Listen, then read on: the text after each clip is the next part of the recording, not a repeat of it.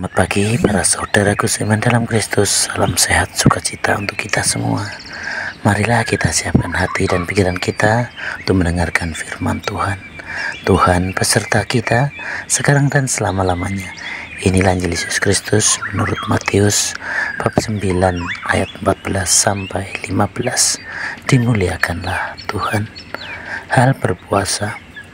Kemudian datanglah murid-murid Yohanes kepada Yesus dan berkata, "Mengapa kami dan orang Farisi berpuasa, tetapi murid-muridmu tidak?" Jawab Yesus kepada mereka, "Dapatkah sahabat-sahabat mempelai laki-laki berduka cita selama mempelai itu bersama mereka? Tetapi waktunya akan datang, mempelai itu diambil dari mereka, dan pada waktu itulah mereka akan berpuasa." Demikianlah sabda Tuhan. Terpujilah Kristus. Selamat pagi para saudaraku seiman dalam Kristus. Dalam bacaan Injil hari ini kita akan merenungkan bersama. Tema kita adalah berpuasa dengan hati yang benar. Suatu hari murid-murid Yohanes datang kepada Yesus dan bertanya, "Mengapa kami dan orang Farisi berpuasa, tetapi muridmu tidak?" Yesus pun menjawab dengan perumpamaan tentang mempelai laki-laki.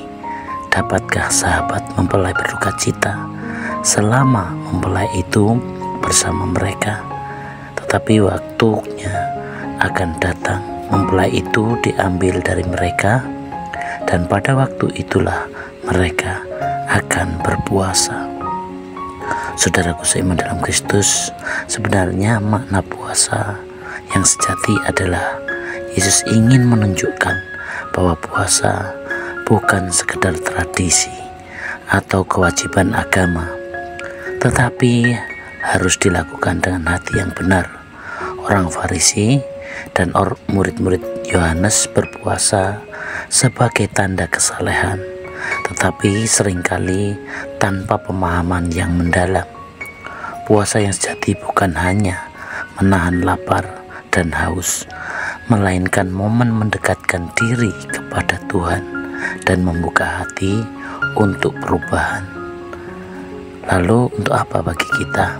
Puasa bukan hanya tentang menahan diri dari makanan, tetapi juga dari hal-hal yang menjauhkan kita dari Tuhan. Kebencian, iri hati, egoisme, dan keinginan duniawi.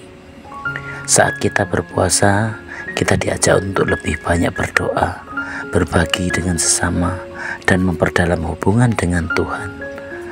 Mempelai yang hadir di tengah kita, Yesus menggambarkan dirinya sebagai mempelai laki-laki selama dia masih bersama murid-muridnya. Tidak ada alasan untuk berduka, namun saat dia diambil, yakni saat penderitaan dan wafatnya, itulah waktu bagi mereka untuk berpuasa. Dalam hidup kita, ada saat-saat di mana kita merasa Tuhan begitu dekat, tetapi ada juga masa ketika kita merasa jauh dari Tuhan. Namun Yesus tidak pernah benar-benar meninggalkan kita. Dia hadir dalam Ekaristi, dalam doa, dalam firman-Nya, dan dalam kasih yang kita bagikan kepada sesama. Lalu bagaimana penerapannya dalam hidup kita sehari-hari? Puasa dengan tujuan yang benar.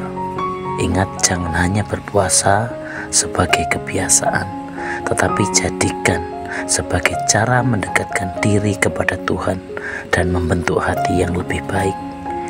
Yang kedua adalah mencari hadirat Tuhan.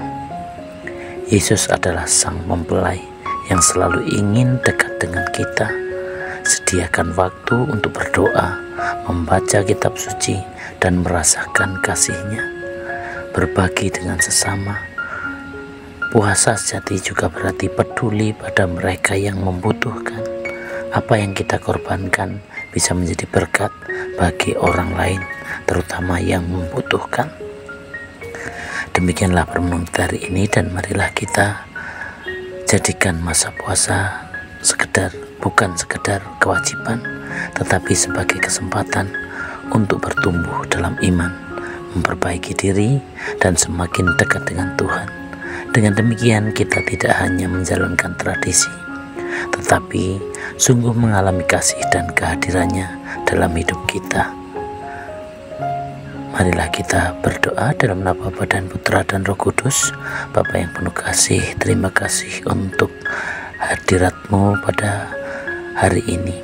Engkau mengingatkan kami agar kami berpuasa tidak hanya sekedar menjalankan kewajiban, namun yang terutama adalah bagaimana kita bisa berderma, berdoa dengan lebih baik dan benar.